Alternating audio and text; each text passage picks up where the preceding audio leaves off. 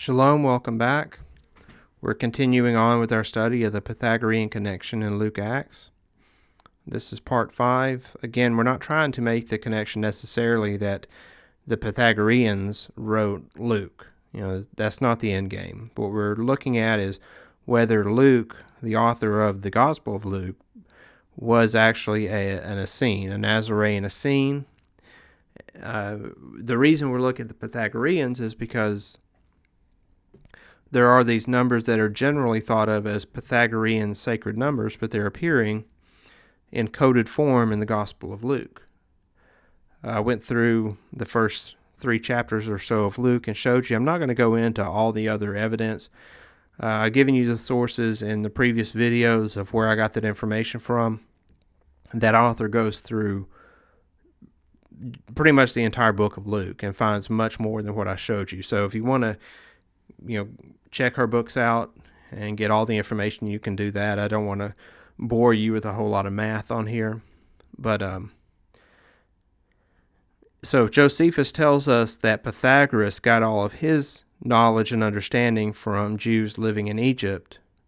And then later on tells us that the Pythagoreans, who were founded by Pythagoras, lived the same manner of life as the Essenes. Well, that tells us which group of Jews living in Egypt in the 5th century BC influenced Pythagoras. It was Essenes. Also, at about the same time when Pythagoras left Egypt, he ended up in Babylon and co-dwelt with some Jews there. So he had plenty of 5th century BC Jewish influence. And so by looking at what we think of as Pythagorean numbers in the Gospel of Luke, it may very well actually be Essene numbers. So we went through the story of the birth of John the Baptist in the first chapter of Luke, compared it with Judges 13, saw that it was basically the same story, just told in a slightly different way.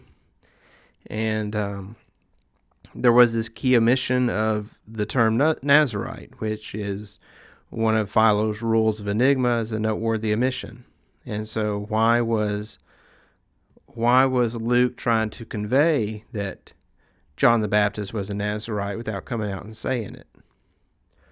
Also, if we look at the name of the angel, Gabriel, he's only mentioned one other place in Scripture. That's in the book of Daniel. He's mentioned twice there.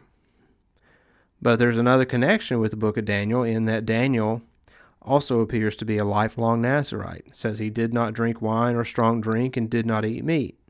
He's mentioned several times as not eating meat. And so this appears to be another connection with these Nazarites and Daniel. But believe it or not, there's actually a third connection. So if we go back to the Gospel of Luke, Miriam gives this prayer type of speech starting at verse 46 of Luke 1. And it lines up very similar to a prayer spoken by Hannah, who was the mother of Samuel in 1 Samuel 2. And so their 2 prayers are very, very similar. You can check it out in 1 Samuel 2 and compare it to Luke 1 if you want to, but we'll hit some of the highlights. Miriam starts off saying, "My being makes Yahuwah great." Hannah says, "My heart rejoices in Yahuwah." Miriam says, "My spirit has rejoiced in Elohim, my Savior." And Hannah says, "For I have rejoiced in your salvation," or your Yeshua. Miriam says, "Set apart is his name." Hannah says, "There is no one set apart like Yahuwah." Miriam says, "His compassion is from generation to generation to those who fear him. He did mightily with his arm. He scattered the proud in the thought of their hearts." Hannah says, "He guards the feet of his kind ones, but the wrong are silent in darkness." Miriam says, "He brought down rulers from their thrones and exalted the lowly." Hannah says, "Yahuwah makes poor and makes rich. He brings low and lifts up. He raises the poor from the dust. He lifts the needy from the dunghill to sit with princes and makes them inherit a throne of esteem." Miriam says, "He has filled the hungry." Hannah says, the hungry have ceased. Miriam says, the rich he has sent away empty. Hannah says, she who has many children pines away. So you see that there's a connection. It's a different language, but it's the same concepts that are being described by both Miriam and Hannah. So if we turn back to 1 Samuel 1, and we compare the description of the father of Samuel with the descriptions of the father of John the Baptist and the father of Samson, we see that, again, it's very similar language being used. It goes into the lineage of all these men. Then the very next statement is that their wives had no children or were barren. And further down, Hannah is pictured as making this vow to Yeshua. And in her vow, she says that she will give him to Yeshua all the days of his life and let no razor come upon his head. Well, wait a minute. That's from Numbers chapter 6. That's something said about the Nazarites. No razor will come upon his head. So you have this same description of another Nazarite, a lifelong Nazarite, but the term Nazarite is not actually used in 1 Samuel, but it's obvious what's being said here by his mother. So the opening verses of the first chapter of Luke sent Theophilus, or the lover of theology, to the Nazarites in the Old Testament 3 different times: Samson, Daniel, and Samuel. So why would Luke not just come out and say that John the Baptist was a Nazarite? Why would he need to keep this under wraps? Well, there's a term very similar to Nazarite that's used in the New Testament, and that term is the Nazarenes. Now, the real connection depends upon where does the term Nazarenes originate from. Generally, it's thought to have originated from Nazari, which means the branch. Hence, my screen name, David Ha-Notzari. So, that would have been the Hebrew word for the branch if that was the origin of the term Nazarenes in the Greek New Testament. But is it possible that maybe this term Nazarene comes from Nazarite? Well, as we're getting a little bit closer to this understanding of the Essenes and the Nazarites and the Ebionites, it does appear that there is a connection. So, Acts 24:5, it says, of Paul we have found this man, a ringleader of the sect of the Nazarenes. And then Paul returns, answers and says, but to this I admit to you that according to the way, which they call a sect, I do serve the Elohim of our fathers, believing everything that is in accordance with the law and that is written in the prophets. So, this term, the way, is interchangeable with Nazarenes. Probably they use the term the way because, the way could refer to a lot of things, but if it's like a coded way of telling someone that you're a Nazarene, then that may be the reason that they tended to use that phrase instead of the actual word Nazarene. But the way that Paul describes the Nazarenes doesn't really fit with what we know from history. He says they believed everything in accordance with the law and is written in the prophets. Well, the Nazarenes actually did not accept the Pentateuch in its entirety.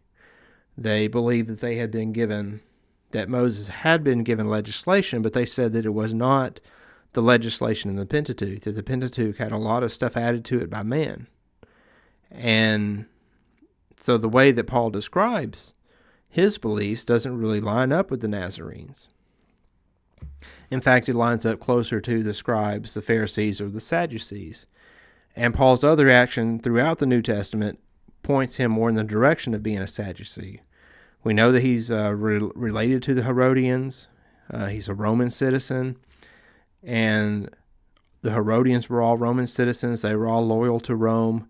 They used the Sadducean priesthood as kind of like their puppet priesthood, that they would put a high priest in place, and if he didn't do their bidding, they would just replace him with someone else. So the Sadducees were Herodian henchmen,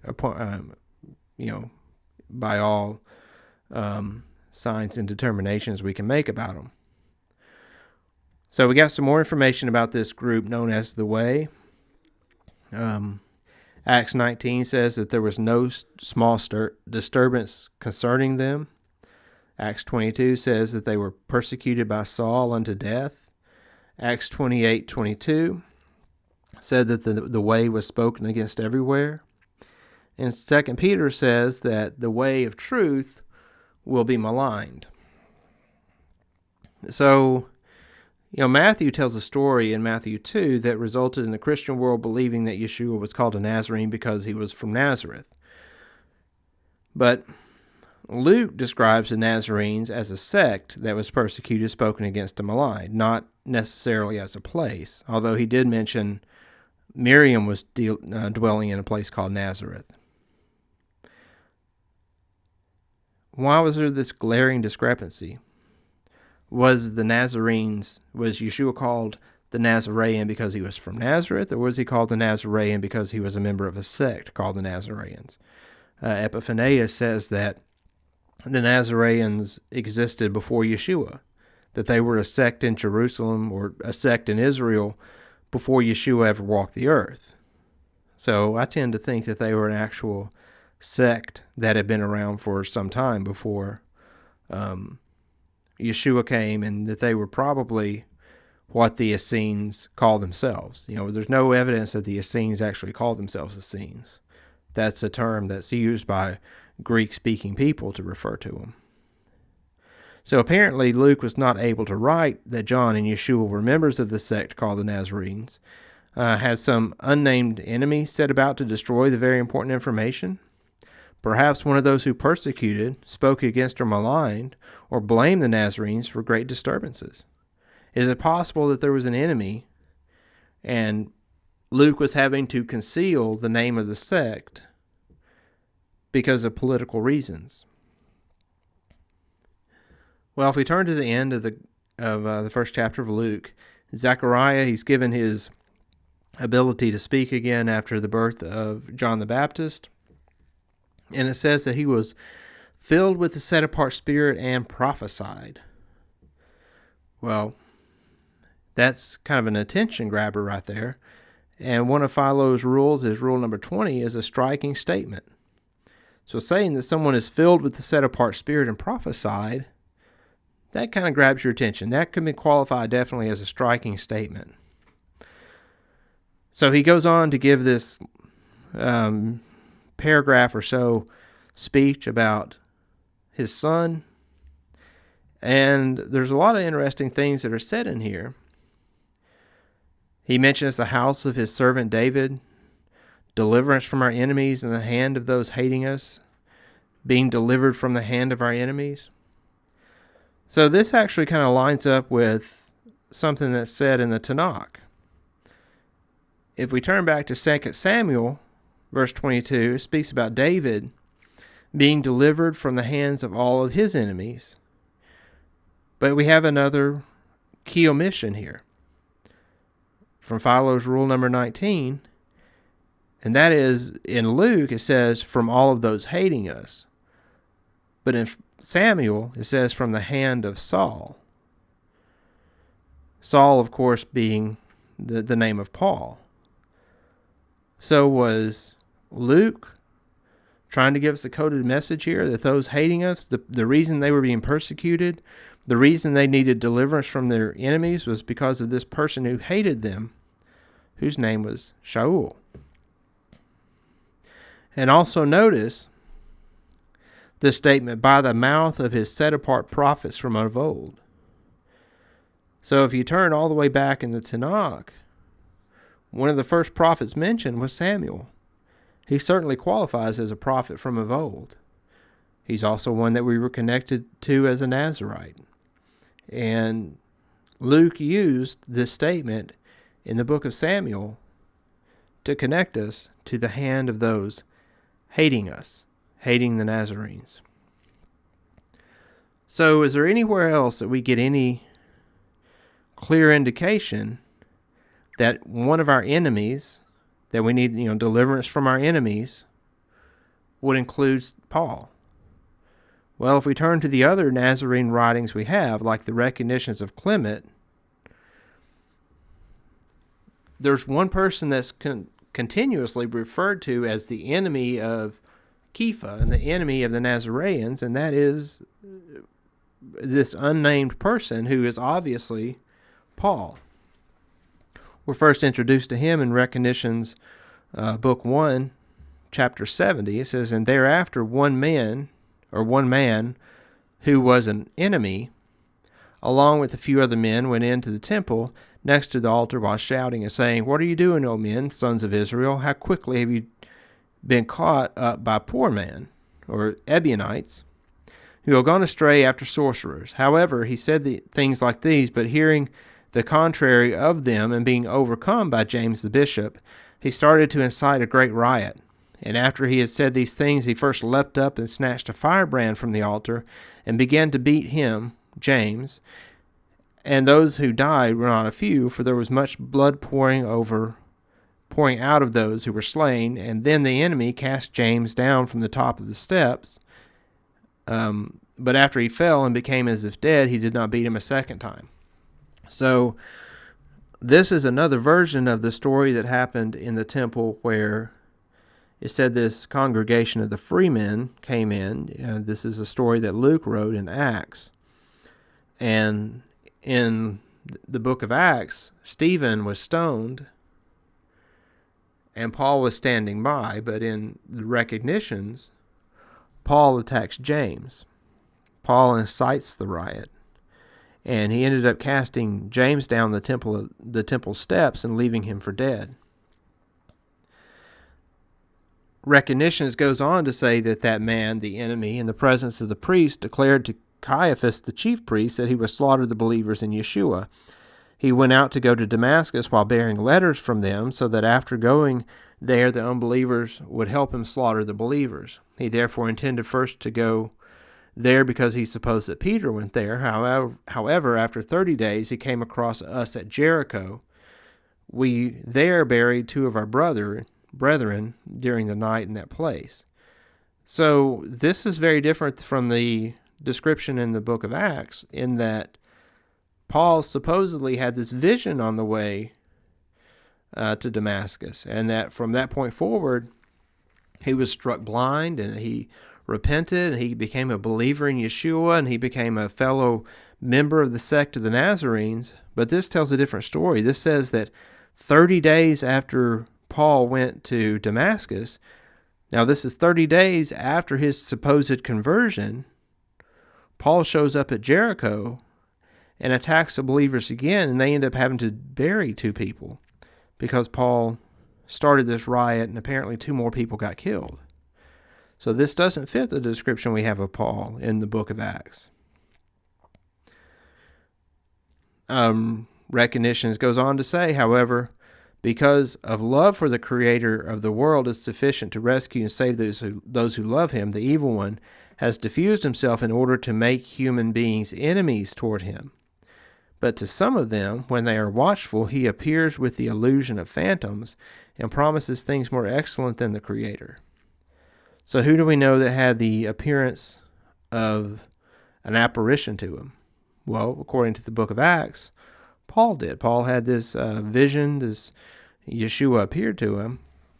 Well, Kepha seems to be saying that that's actually Satan that appeared to Paul. That he appeared to Paul and promised things more excellent than the Creator if Paul would do his bidding. Also, we have a letter from Kepha to James.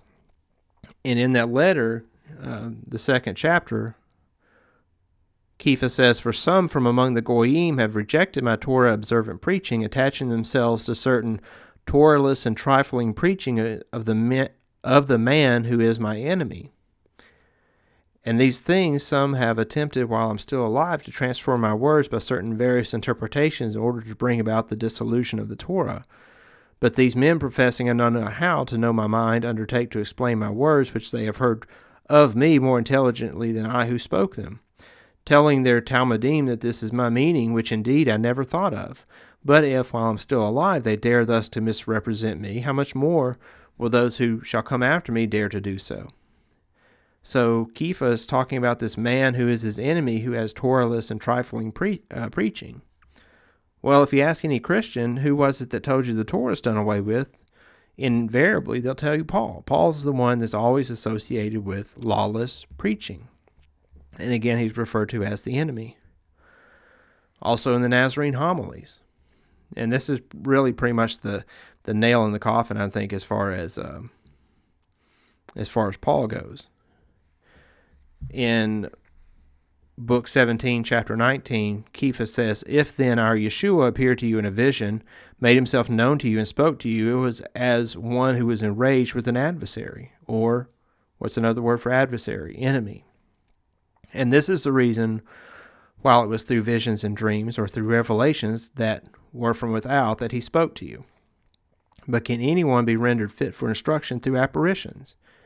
Again, this is attacking the very claim made about Paul, was that he had this vision of Yeshua, this apparition that rendered him fit for instruction. And Peter's questioning that, saying, is that even logical? Can you be rendered fit for your instruction through an apparition? And if you will say it is possible, then I ask, why did our teacher abide and discourse a whole year with those who were awake? And how are we to believe your word when you tell us that he appeared to you? And how did he appear to you when you entertain opinions contrary to his teaching? But if you were seen and taught by him and became his apostle for a single hour, proclaim his utterances, interpret his sayings, love his apostles, contend not with me, who companied with him, for in direct opposition to me, or as an enemy to me, who am a firm rock, the foundation of the church, you now stand. Now, supposedly this is being spoken to Simon Magus, but Simon Magus, as far as I can tell, he never claimed to have seen an apparition of Yeshua. He never claimed to have been converted by an apparition. He never claimed that he was made an apostle, but Paul claimed all of these things. Going on, the same chapter says, "If you were not opposed to me, you would not accuse me and revile the truth proclaimed by me." Again, this is all language, pointed toward an enemy. "In order that I might not be believed when I state what I myself have heard with my own ears from the Master, as if I were evidently a person that was condemned and of bad repute. But if you say that I'm condemned, you bring an accusation against Elohim, who revealed the Messiah to me, and you inveigh against him who pronounced me blessed on account of that revelation.